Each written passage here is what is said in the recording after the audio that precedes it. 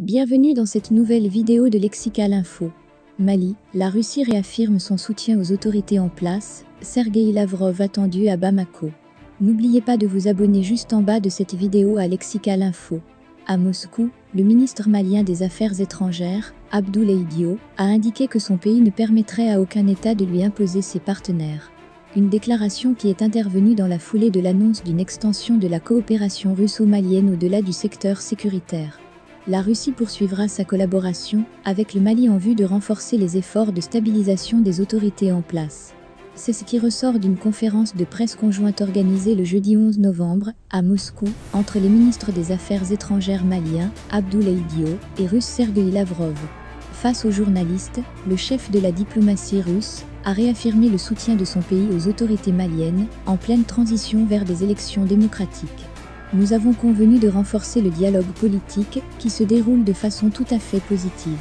Monsieur le ministre m'a décrit la situation interne au Mali, et il m'a parlé de l'accord conclu avec les autorités algériennes, et de la situation sur le terrain telle qu'elle est, avec l'activité des groupes terroristes dans le nord du pays, qui ne permet pas de mettre en place les conditions normales d'une campagne électorale, et les dates de ces élections devraient être définies avant la fin de cette année, a-t-il déclaré. Et d'ajouter, nous comprenons bien la nécessité de renforcer le potentiel de lutte antiterroriste, et nous fournissons au gouvernement du Mali un certain nombre de munitions, et nous allons tout faire pour éviter que la menace terroriste ne pèse sur la structure de l'État. Ces déclarations interviennent alors que l'actuel gouvernement de transition au Mali subit une forte pression de la communauté internationale pour l'organisation d'élections en février 2022, conformément aux engagements pris. Estimant que les conditions ne sont pas réunies pour respecter ces échéances, Bamako avait annoncé à ses partenaires son intention de ne pas tenir ces élections. Une décision qui lui avait valu des sanctions de la part de la CEDEAO qui a appelé la communauté internationale à faire de même, jusqu'au retour de l'ordre constitutionnel dans le pays. Nous avons souhaité que les Maliens puissent dans le cadre d'un dialogue, convenir d'une feuille de route pour pouvoir terminer cette transition par des élections transparentes et crédibles, et nous espérons que nos partenaires de la CEDEAO, de l'UA et des Nations Unies puissent faire preuve de plus de compréhension. Parce qu'aujourd'hui, les sanctions imposées à notre pays lors du dernier sommet de la CEDEAO ne sont pas des sanctions qui aident à avancer, a d'ailleurs commenté le ministre Abdoulaye Diop. Et d'ajouter, ces sanctions ne peuvent que fragiliser une situation qui est déjà complexe. Renforcement des relations russo-maliennes sur fond de détérioration des relations franco-maliennes. Développant ses propos, Sergueï Lavrov a commenté l'évolution récente des relations entre la France et le Mali. Il a notamment déploré le retrait de l'armée française des zones où les terroristes ont de plus en plus les mains libres, compliquant selon lui la situation sécuritaire du pays.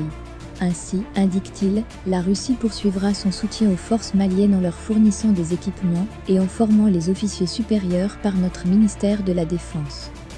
Tout en continuant à nier l'implication du gouvernement russe dans d'éventuelles négociations entre les autorités maliennes et des compagnies privées de sécurité.